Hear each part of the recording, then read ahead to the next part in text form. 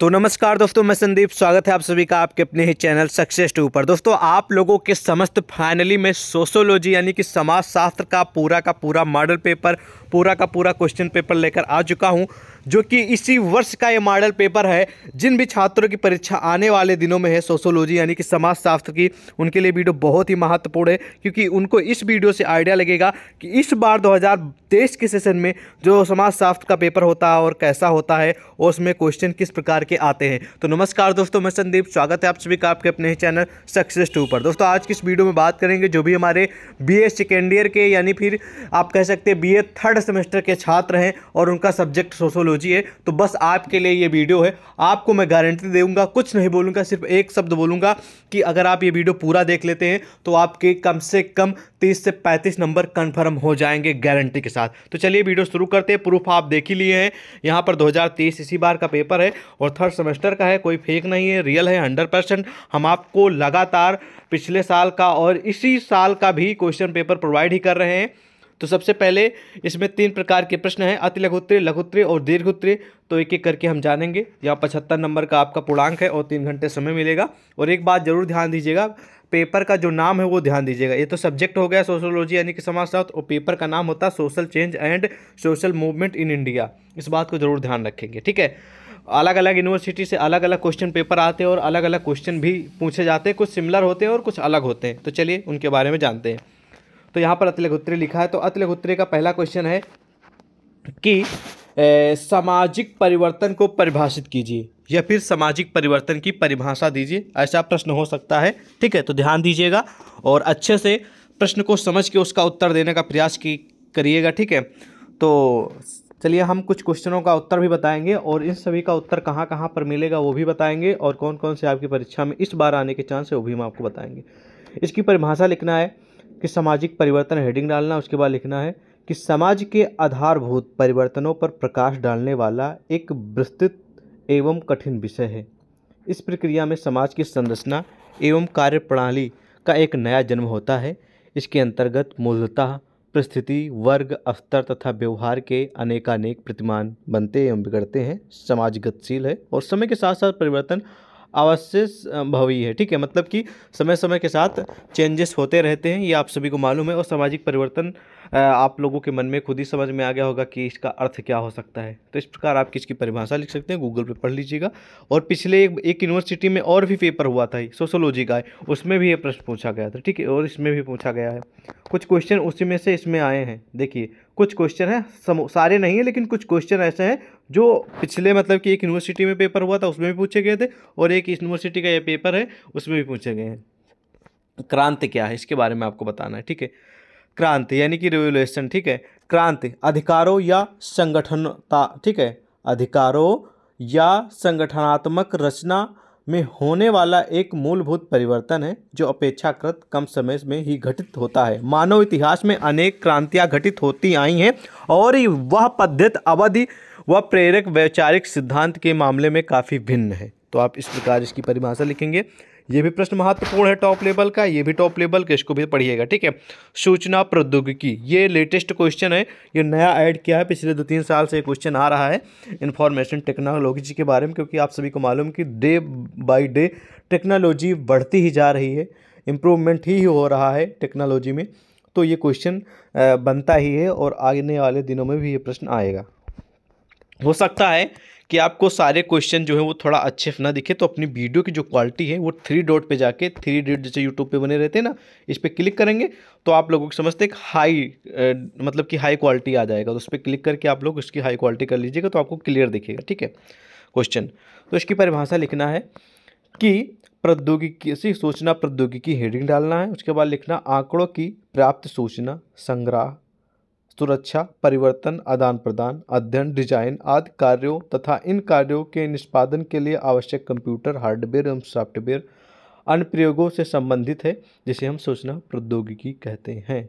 सूचना प्रौद्योगिकी का अगर सिंपल भाषा में हम आपको अर्थ बताएं तो सूचना प्रौद्योगिकी मतलब कि टेक्नोलॉजी, जो आपके मान लीजिए आपको कोई टाइपिंग करने के लिए दिए कि मान लीजिए ये क्वेश्चन पेपर है, ये कोई आप जो क्वेश्चन पेपर देख रहे हैं कि क्रांति क्या सोचना है, जो क्वेश्चन पेपर बनाया गया है ना, ये कहीं ना कहीं ये सूचना प्रौद्योगिकी के अंतर्गत ही आता है। सूचना प्रौद्योगिकी के अंदर बहुत सारा डाटा यहाँ से वहाँ भेजा जा सकता है। ठीक है, आंकड़ों की, जैसे कि मान लीजिए कंप्यूटर में आप 2 और 2 डालें तो कितना होगा वो कंप्यूटर बताएगा, तो ये आंकड़ों को कैलकुलेट करता है। तो ये सब चीज़ें इंफॉर्मेशन टेक्नोलॉजी के अंतर्गत आती हैं। ठीक है, और उनको जो स्टोर करता है इंफॉर्मेशन को, वो भी इसी के अंतर्गत आता है। ठीक है, अगला प्रश्न है कि स्थानीयकरण क्या है। स्थानीयकरण समझते हैं क्या भाई, महत्वपूर्ण प्रश्न परीक्षा के लिए भी।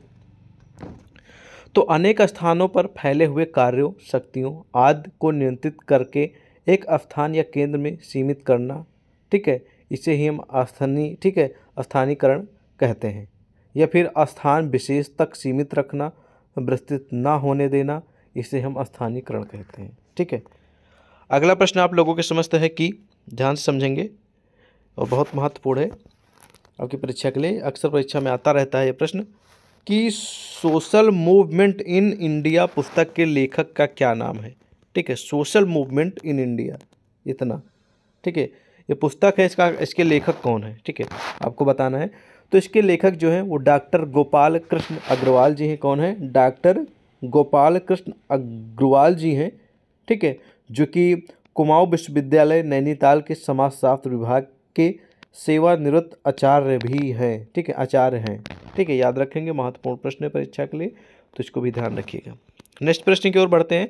नेक्स्ट प्रश्न है कि श्री नारायण धर्म परिपालन आंदोलन क्या है। तो श्री नारायण धर्म परिपालन आंदोलन के बारे में जानते हैं कि श्री नारायण धर्म परिपालन योगम भारत की एक धर्मार्थ संस्था है जो समाज के आर्थिक और सामाजिक रूप से वंचित लोगों के उत्थान के लिए कार्य करती है, जिसकी स्थापना नारायण गुरु ने की थी। ठीक है, तो इस प्रकार आप इसकी परिभाषा लिख सकते हैं और डिटेल में आप क्वेश्चन बैंक और इंटरनेट पे इन सभी का उत्तर मिल जाएगा, वहाँ से पढ़ लीजिएगा। ठीक है, अगला प्रश्न आप लोगों के समझते हैं कि S.S. राव के अनुसार सामाजिक आंदोलन के मुख्य प्रकार कौन से। इतना इंपॉर्टेंट है, आप इसे इग्नोर भी कर सकते हैं। अगला प्रश्न जो आप लोगों के समझते हैं कृषक आंदोलन, बहुत ही महत्वपूर्ण प्रश्न है, अक्सर परीक्षा में आता ही रहता है और आएगा भी आपकी परीक्षा में। ठीक है, तो इसके उत्तर लिखेंगे, इसका उत्तर कि कृषि नीति को बदलने के लिए किए गए आंदोलन कृषक आंदोलन कहलाते हैं। कृषि नीति को बदलने के लिए। ठीक है, कृषक आंदोलन का इतिहास बहुत पुराना है और विश्व के सभी भागों में अलग अलग समय पर किसानों ने कृषि नीति में परिवर्तन करने के लिए आंदोलन किए हैं ताकि उन्हें उनकी दशा को सुधारा जा सके। तो कहने का मतलब सिंपल भाषा में यही है, कृषि नीति को बदलने के लिए किए गए आंदोलन को हम, ठीक है, आंदोलन कृषक आंदोलन कहते हैं। ठीक है, तो इस प्रकार इसकी परिभाषा लिखेंगे। श्रमिक आंदोलन क्या है, या फिर श्रमिक आंदोलन से क्या है, या फिर किसे कहते हैं, ऐसा भी प्रश्न आपकी परीक्षा में आ सकता है, लेकिन उत्तर तो एक ही होगा जो हम आपको बताने वाले हैं। तो उत्तर में लिखिएगा श्रम आंदोलन या फिर श्रमिक आंदोलन। श्रम आंदोलन या लेबर ठीक है मूवमेंट श्रम वर्गों लोगों के एक सामूहिक संगठन के विकास के लिए अपने कर्मचारियों और सरकारों से विशेष रूप से श्रम संबंधों को शासित करने वाले विशिष्ट कानूनों के लिए कार्यान्वयन के माध्यम से बेहतर आचरण के लिए अपने स्वयं के हित में अभियान चलाने में इस्तेमाल किए जाने वाला एक व्यापक शब्द है, जिसे हम श्रम आंदोलन या फिर श्रमिक आंदोलन के नाम से जानते हैं। 10 नंबर प्रश्न है कि सापेक्ष अभाव बोध सिद्धांत क्या है। इतना इंपॉर्टेंट नहीं, इसलिए आप इसे इग्नोर कर सकते हैं। तो कुल मिलाकर जो अति लघुत्तरीय टाइप के प्रश्न थे, इसमें करीब 7 प्रश्न या फिर 8 प्रश्न मैंने आपको बताया। 2 इतने इंपॉर्टेंट नहीं, लेकिन 7-8 प्रश्न बहुत ही टॉप लेवल, इनको तैयार कर लीजिएगा अच्छे से। जो मैंने आपको बताया काफ़ी हेल्प करेंगे आपकी परीक्षा में। अब हम आ जाते हैं लघुत्तरीय टाइप प्रश्न की ओर। लघुत्तरीय में होता ये है, आपको 200 शब्दों में प्रति प्रश्न का उत्तर देना होता, 5 प्रश्न हल करने होते हैं। प्रत्येक प्रश्न के लिए आपको 7 नंबर दिए जाएंगे। ठीक है, तो लघुत्तरीय का पहला प्रश्न है कि सामाजिक परिवर्तन की प्रमुख विशेषताओं की विवेचना कीजिए। आपको मैं गारंटी दिला दूं कि जब जब भी समाजशास्त्र की परीक्षा होगी तब तब प्रश्न आएगा समाज क्या है, सामाजिक परिवर्तन क्या है, या फिर आप समाजशास्त्र से क्या समझते हैं। तो ये जनरली प्रश्न है, हमेशा परीक्षा में आएंगे, तो इसको रट लीजिए। अगर सामाजिक परिवर्तन के बारे में आप अच्छे से पढ़ लेंगे, सामाजिक परिवर्तन किसे कहते हैं, इसके प्रमुख कारण बताइए, इसकी प्रमुख विशेषताएं बताइए, तो आपके करीब करीब 10 नंबर पक्के हो जाएंगे सिर्फ और सिर्फ सामाजिक परिवर्तन से जुड़े टॉपिक के लिए। ठीक है, सामाजिक परिवर्तन बहुत ही टॉप लेवल का टॉपिक है और इससे जुड़े करीब करीब 10 से 12 नंबर के प्रश्न परीक्षा में पूछे जाते हैं, तो तैयार कर लेंगे, आपके लिए बहुत ही प्लस पॉइंट हो जाएगा। ठीक है, नेक्स्ट प्रश्न है कि सामाजिक प्रगति को परिभाषित कीजिए। सामाजिक उद्विकास तथा प्रगति में क्या अंतर है।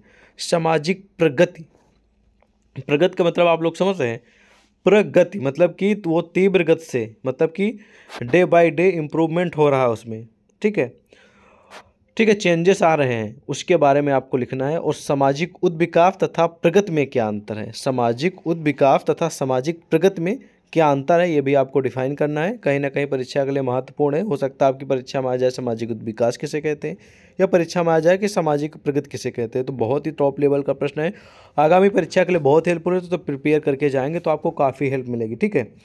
चलिए बढ़ते हैं नेक्स्ट प्रश्न की ओर। नेक्स्ट प्रश्न है कि सामाजिक परिवर्तन के चक्रीय सिद्धांतों की व्याख्या कीजिए। मैंने देखा है पिछली बार अभी रिसेंटली में एक और यूनिवर्सिटी का पेपर हुआ है, उसमें भी प्रश्न आया था, सामाजिक परिवर्तन के चक्रीय सिद्धांत की व्याख्या कीजिए, और इस यूनिवर्सिटी में भी आया है, और आगे आने वाले जितनी भी यूनिवर्सिटी हैं उसमें भी ये प्रश्न आने के पूरे चांस हैं। तो सामाजिक परिवर्तन के चक्रीय सिद्धांतों के बारे में पढ़ लीजिएगा, ओके। नेक्स्ट प्रश्न है कि आधुनिकीकरण की प्रमुख विशेषताएं बताइए। ये भी आपके ऊपर है, आप पढ़ना चाहें तो पढ़ सकते हैं, ज़रा इग्नोर कर सकते हैं, इतना महत्वपूर्ण नहीं है, ठीक है। अगला प्रश्न आप लोगों की समझ आ गया कि एक्सप्लेन दी सोशल मूवमेंट, सामाजिक आंदोलन की व्याख्या कीजिए। बहुत ही तगड़ा क्वेश्चन है, जिसको बोलते हैं हाई लेवल का, टॉप लेवल का प्रश्न है। ये परीक्षा में अक्सर आता है और आएगा भी, तो तैयार कर लीजिएगा, बहुत महत्वपूर्ण प्रश्न है परीक्षा के लिए, ठीक है, ओके। चलिए बढ़ते हैं नेक्स्ट प्रश्न की ओर।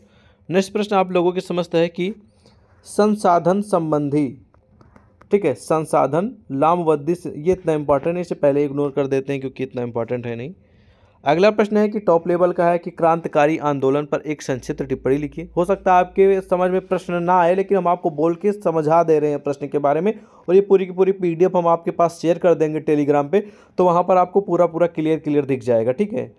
वीडियो की क्वालिटी कभी नेट स्लो रहता है, कभी फास्ट रहता है, तो स्लो रहता तो क्लियर ना दिखे, तो हम आपको टेलीग्राम पे डाल देंगे, उसको वहाँ से डाउनलोड करके पढ़ लीजिएगा। लेकिन ये तो समझ लीजिए कौन से परीक्षा में आने के चांस है आपके, कौन से नहीं है।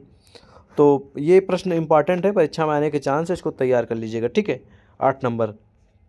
अगला प्रश्न आप लोगों के समझते हैं कि भारत के प्रमुख पर्यावरणीय आंदोलन का संक्षेप में वर्णन कीजिए।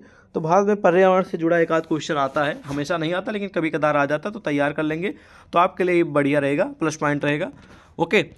तो यहाँ पर समाप्त होते हैं लघु उत्तरीय टाइप के प्रश्न, जिनमें से सिर्फ और सिर्फ करीब 8 प्रश्न दिए जाते हैं। सिर्फ आपको इनमें से 5 प्रश्नों को उत्तर देने रहते हैं, जिसके बारे में आपको अधिक जानकारी है, ठीक है।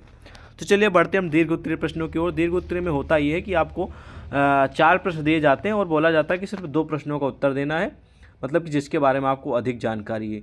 आप 4 प्रश्न का उत्तर मत दीजिएगा, दीर्घ उत्तरीय में 4 प्रश्न दिए जाते हैं, आप चारों का उत्तर मत दीजिएगा, सिर्फ दीजिएगा 2 ही प्रश्न का उत्तर, क्योंकि बोलता है कि सिर्फ 2 प्रश्नों के उत्तर दीजिए, ठीक है। प्रत्येक प्रश्न के लिए 10 नंबर दिए जाएंगे, और दोनों नंबर यानी कि दोनों प्रश्न करने पे 20 नंबर किए जाएंगे। यदि आप चारों प्रश्न करते हैं तो आपको कुछ भी, मतलब 2 ही क्वेश्चन के नंबर दिए जाएंगे, ठीक है। तो इसलिए बहुत सारे छात्र पूछ ले कि अगर हम सारे क्वेश्चन का आंसर दे दें, यानी कि चारों प्रश्न का उत्तर दे दें, तो क्या होगा।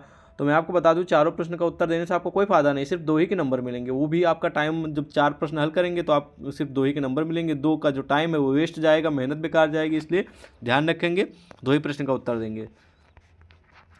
अगला प्रश्न है कि सांस्कृतिकरण से क्या आशय है, भारतीय समाज पर इसके प्रभाव का विवेचना कीजिए। रट लीजिए, गारंटी में बोल रहा हूँ, सांस्कृतिकरण या संस्कृत से जुड़ा प्रश्न आपकी परीक्षा में आएगा, गारंटी 100%। ना आया तो पढ़ाना छोड़ दूंगा यूट्यूब पर, मैं गारंटी आएगा। परीक्षा अगर आपकी होगी समाजशास्त्र की, पेपर का नाम जो मैंने बताया मूवमेंट करके, उसको जरूर ध्यान दीजिएगा, ठीक है, आएगा पक्का। अगला प्रश्न है कि सामाजिक उद्विकास से आप क्या समझते हैं, सामाजिक उद्विकास के विभिन्न स्तरों की विवेचना कीजिए या संक्षेप में वर्णन कीजिए, ऐसा प्रश्न हो सकता है। तो सामाजिक उद्विकास बहुत बड़ा महत्वपूर्ण टॉपिक है, और ये प्रश्न आपकी परीक्षा में आने के पूर्ण चांस है, तो तैयार कर लीजिएगा, इंपॉर्टेंट है, हाई लेवल का प्रश्न है, ओके। चलिए बढ़ते हैं नेक्स्ट प्रश्न की ओर। नेक्स्ट प्रश्न है कि सामाजिक आंदोलन के प्रादुर्भाव से संबंधित संरचनात्मक पर्यात्मक सिद्धांत की व्याख्या कीजिए। तो सामाजिक आंदोलन से जुड़ा प्रश्न आएगा, जरूरी नहीं कि यही प्रश्न आए, लेकिन सामाजिक आंदोलन से जुड़ा प्रश्न पढ़ लीजिएगा, ठीक है।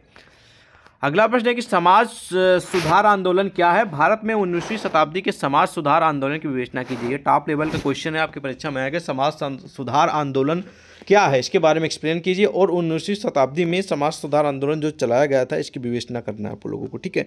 तो समाज सुधार आंदोलन के बारे में भी आप पढ़ लेंगे तो आपको काफ़ी हेल्प मिलेगी आपकी परीक्षा में, ये भी महत्वपूर्ण प्रश्न है, ठीक है। तो ये चारों के चारों दीर्घ उत्तरीय प्रश्न अगर आप तैयार कर लेंगे तो एक प्रश्न तो पक्का आपकी परीक्षा में फंस जाएगा, गारंटी है। तो आपके 10 नंबर तो पक्के हो जाएंगे। अगर आप पूरे प्रश्नों का उत्तर अच्छे से तैयार कर लेंगे, कुछ मत पढ़िए, मैं आपको एक प्लस पॉइंट दे रहा हूँ। जो छात्र पहले से पढ़ रहे हैं, ठीक है, तो उनके लिए अच्छी बात है, वो ये भी तैयार कर लेंगे। जिनकी परीक्षा बस 2 ही 4 10 दिन में है, 5 दिन में है, तो उनके लिए एक ही चांस है, या फिर कल है या फिर परसों है, 4 ही 5 दिन के अंतराल में। तो ये पूरा का पूरा क्वेश्चन पेपर हल कर ले, पूरा का पूरा क्वेश्चन जितने इसमें प्रश्न दिए गए सारे का उत्तर पढ़ लेंगे अच्छे से। और अगर यही सारे क्वेश्चन पढ़ के जाएंगे तो लगभग प्रश्न आपकी परीक्षा में यही सारे इसमें से पूछे जाएंगे, तो करीब आपके 30 से 35 40 नंबर पक्के हो जाएंगे। तो पास तो ही जाएंगे आप, फर्स्ट डिवीजन से तो पास हो ही जाएंगे, इस बात की तो हम गारंटी ले रहे हैं। तो आई होप आपको समझ में आ गया होगा और आप अच्छे से सारे प्रश्न का उत्तर पढ़ लेंगे। और अगर आप इसी तरह अन्य सब्जेक्ट के क्वेश्चन पेपर चाहते हैं तो कमेंट में बताएं। हम आपको मिलते हैं एक और नई वीडियो में, तब तक के लिए जय हिंद।